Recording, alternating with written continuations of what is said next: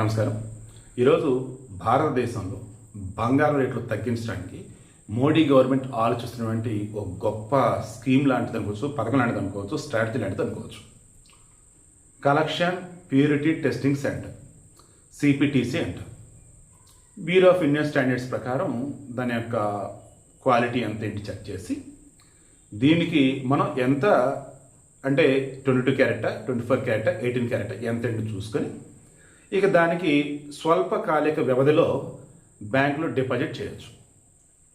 మీకు బాగా గుర్తుంటే మొన్న మధ్య మోదీ ఎప్పుడైతే ఒక 1 year పాటు బంగారాన్ని కొనడం తగ్గించండి అన్నాడో ఆ రోజు మనం మాట్లాడుకున్నది ఏంటి?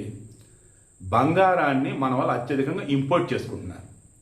అలా ఇంపోర్ట్ చేసుకుంటున్నప్పుడు ఫారిన్ రిజర్వ్ అనేది ఏదైతే ఉందో విదేశీ మారక ద్రవ్యం అది ఇస్తూ ఉన్నాం.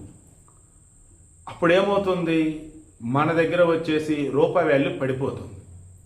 అలా కాకుండా బంగారం అనేది ఇంపోర్ట్స్ తగ్గించగలిగితే మరి ఇక్కడ ఉన్న వాళ్ళు బంగారం కొంటారు కదా, మరి వీళ్ళకి ఎలా దొరకాలి ఏంటి అంటే మన దగ్గర ప్రపంచంలో ఏ దేశాలలో లేని విధంగా నేను బంగారం రేటు పెరిగినప్పుడు ఎందుకు ఆనందపడతానని చాలామంది ఇందుకో 36,000 టన్నులు కొన్ని కోట్ల రూపాయల వర్తు బంగారు రూపాయన మన భారతదేశంలో సామాన్య ప్రజానికం దగ్గర ఉంది. ఎవ్రీ ఇయర్ మన వాళ్ళు 360 టన్నుల దాదాపు బంగారాన్ని ఇంపోర్ట్ చేసుకుంటారు. అంటే అప్పుడు ఎంత? 36,000 టన్నులు మన దగ్గర ఉన్నది. ఇంపోర్ట్ చేసుకునేది 360 టన్నులు ఎవ్రీ ఇయర్. అంటే జస్ట్ 1%. ఆ 1%ని మనం ఇక్కడ గోల్డ్ మానిటైజేషన్ స్కీమ్ అని ఒకటి పెట్టి మన దగ్గర ఉన్న బంగారాన్ని కనుక డిపాజిట్ చేస్తే as per RBI 2 to 2.5 interest rate ఇస్తారు. అండ్ 1 to 3 years కాల పరిమితి ఉంటుంది. వాస్తవానికి గతంలో ఇది పెట్టారు కానీ ఫెయిల్ అయింది. ఎందుకు? ఏదో కండిషన్స్ అవన్నీ పెట్టారు. ఇప్పుడు మరలా దానిని తీసుకురాబోతా అన్నారు. గతంలో ఆర్బీఐ స్వల్పకాలిక వ్యవధి 1 నుంచి 3 సంవత్సరాలు, మధ్యకాల వ్యవధి 5 నుంచి 7 సంవత్సరాలు, దీర్ఘకాల వ్యవధి 12 నుంచి 15 సంవత్సరాల వ్యవధిలో మనం డిపాజిట్ చేయొచ్చు. అయితే ఇప్పుడు మధ్యకాల వ్యవధి అండ్ దీర్ఘకాల వ్యవధి రెండింటిని ఎత్తేసి స్వల్పకాల వ్యవధిలోనే త్వరలో మార్పు చేర్పులు చేసి త్వరలో ఈ స్కీమ్ మరలా తీసుకురాబోతుంది. దీని ప్రకారం ఏంటంటే మన దగ్గర ఉన్న బంగారాన్ని మన బ్యాంకుకి తీసుకెళ్తాం.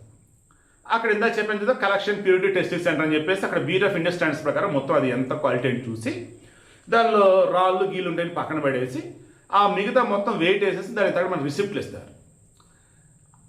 ఇక మనం ఇచ్చినది ఏదో దాన్ని మొత్తం కరిగించేస్తారు. కరిగించేసి దానిని ఇక్కడున్న మార్కెట్లోనే పెట్టేస్తారు అమ్మకానికి.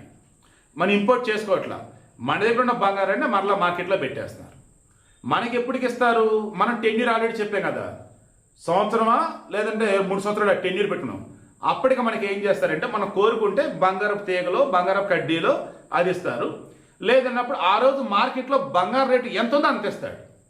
ఈరోజు బంగారం వచ్చేసి ₹1,00,000 అండి 10 గ్రాములు. ఓకే, దెన్ ఆ రోజు 50,000 అండి. అమ్మో ఏంది ఇంత పడిపోయిందా అని అనుకోవాల్సిన అవసరం లేదు మనం. ఎందుకు? నాకు డబ్బులు వద్దు, నా బంగారం నాకు ఇవ్వంటాం, బంగారమే ఇస్తాడు. లేదు 2,00,000కి వెళ్ళింది 10 గ్రాములు. అమ్మో 2,00,000కి వెళ్ళిందా, నా డబ్బులు కావాలి, డబ్బులే ఇస్తాడు. త్వరలో గోల్డ్ మానిటైజేషన్ స్కీమ్ అనేది రాబోతూ ఉంది. విదేశీ నుంచి బంగారం ఇంపోర్ట్ చేయాల్సిన అవసరం లేకుండా మన దగ్గర ఉన్నటువంటి బంగారాన్ని డిపాజిట్ కనుక చేసినట్టయితే దానికి మనకి రిసిప్ట్ ఇస్తారు, దానికి వడ్డీ ఇస్తారు. అండ్ మరలా 10 years కంప్లీట్ అయ్యాక మనకే ఇస్తారు బంగారం అంతా, లేదా దాని వల్ల డబ్బు అన్నీ ఇస్తారు. ఈలోపు దీనిని ఏం చేస్తారు? ఈ బంగారాన్ని మార్కెట్లోకి తీసుకొచ్చేస్తారు. సో మనం ఇంపోర్ట్ చేసుకోవట్లా, మన దగ్గర ఉన్నదే పెట్టేస్తారు. అప్పుడు ఏమైతే మార్కెట్లో ఆటోమేటిక్గా బంగారం రేట్లు పడిపోతాయి. ఇది జరగాలి అంటే మన దగ్గర ఎవరైతే ఇళ్లలో బంగారం దాచుకున్నారో వాళ్ళు ఒక అడుగు ముందుకేస్తేనే సాధ్యమైంది. జస్ట్ 100లో ఒక 5 ముందుకు వచ్చినా చాలు. అప్పుడెంత? 5 సంవత్సరాలకి సరిపడా బంగారం వచ్చేసినట్టే. సూపర్ కదా. మనకి ఇంపోర్ట్ అవసరం లేదు అసలు బంగారం. ఇంకా అప్పుడేంటి? ఫారిన్ రిజర్వ్స్ బ్రహ్మాండం ఉంటే మన దగ్గర, అండ్ మన దగ్గర ఉన్న బంగారాన్ని ఇక్కడ మనం అమ్ముతున్నాం కాబట్టి రేటు బాగా తగ్గిద్ది. మరి జ్యువెలరీ అసోసియేషన్ వాళ్ళు, మోడీ, మన దేశ ప్రజానికం, బ్యాంకులు ఇవన్నీ కలగలిపే దీనిని ముందుకు ఎలా తీసుకెళ్తారని బేస్ అయ్యింది. ఇక ఈ స్కీమ్ కింద ఫారిన్లో ఉన్నటువంటి ఎవరు కూడా ఇది పెడతానికి లేదు. భారతదేశంలో ఉన్నటువంటి వాళ్ళు ఇక్కడ వాళ్ళే పెట్టాలి. ఆ స్కీమ్లో ఒక అప్లికేషన్, ఒక ఐడెంటిటీ ప్రూఫ్, తర్వాత అడ్రస్ ప్రూఫ్, వాళ్ళు ఫోటోలు అడిగితే ఫోటోలు ఇవి పెట్టేసి ఈ గోల్డ్ మానిటైజేషన్ స్కీమ్ కింద ఒక అకౌంట్ ఓపెన్ చేయాలి. ఏ బ్యాంకులో మనం చేస్తున్నామో ఆల్రెడీ ఆ బ్యాంకులో మనకి అకౌంట్ ఉంటే దానికి కొత్తగా అకౌంట్ ఓపెన్ చేయాల్సిన అవసరం లేదు. ఈ గోల్డ్ మానిటైజేషన్ స్కీమ్ అకౌంట్ దానికి లింక్ చేస్తారు. చాలా సింపుల్గానే చెప్పా, బట్ చాలా క్లారిటీగా చెప్పా. రానున్న రోజులలో బంగారం భారీగా తగ్గడానికి ఉన్న ఒకే ఒక్క అవకాశం ఇదే. నేను క్రాస్ చెక్ చేస్తే మోడీ మొన్న చెప్పిన యొక్క కాన్సెప్ట్ కూడా ఇదే. త్వరలో రానున్న రోజుల్లో ఇంపోర్ట్ గోల్డ్ మీద భారీగా ట్యాక్స్లు అయిపోతున్నారు. ఒకవేళ అలా గనక వేస్తే మన దగ్గర మార్కెట్లో ఉన్నటువంటి బంగారం ఏది మనం డిపాజిట్ చేస్తే బంగారం మార్కెట్లోకి వస్తే ఇప్పుడు ఆటోమేటిక్గా దాని మీద కూడా రేటు పెంచాలంటే అప్పుడు తగ్గించవచ్చు.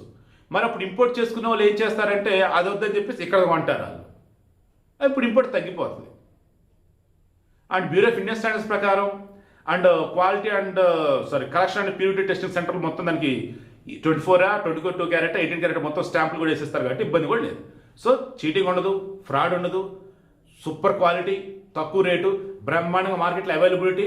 సో బంగారు రేట్లు ఈజీగా తగ్గుతాయి. వెండి ఆ రకంగా తగ్గే అవకాశం లేదు. అలా అని చెప్పేసి నేను చెప్పేసి బ్లైండ్గా గోల్డ్ అమ్ముకుందాం, బ్లైండ్గా వెండిని కొందాం, ఇటువంటి పనులు అయితే చేయమాకండి. విధి విధానాలు ఏంటనేది మరలా కేంద్రం ప్రకటించక అప్పుడు మాట్లాడదాం. రాను రోజుల్లో బంగారం తగ్గడానికి ఉన్న గోల్డెన్ ఆపర్చునిటీ, గోల్డెన్ ఛాన్స్ ఏంటంటే ఇదే golden monetization scheme, gold monetization scheme.